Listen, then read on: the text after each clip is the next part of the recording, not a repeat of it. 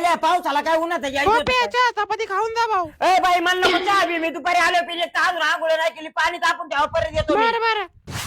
अरे तुम्हाला काय गल्लीतल्या लोकांना हाकली तर भाग बी काय करायचं, तुम्ही लाईटीच्या पोलाला डायरेक्ट पोलाला बांधून ठेवता. आता लाईट नसल्या आमच्याच नावाने वरडत बसता. येतो अरे सोडतो मी पोलाव तोडून, नाही तर लाईट येणार नाही 24 तास. तुम्हाला आताच सांगतोय, त्यावर आलो मी पुढून. आईच्या गावात पाऊस नसल्याला बरं राव, एवढी चिंचित झाली जागा बी. हॅलो, लाईट कधी येईन? अहो तुम्हाला अक्षरशः सांगतो 4-5 दिवस नाही लाईट येणार राव. सुखाने मुतून तरी द्या वायरमॅनला, तुमचंच काम चालू आहे सकाळ धरून. एक तर पावसानं नको नको केलं, आता तुमच्या फोनने नको नको व्हायला लागले मला.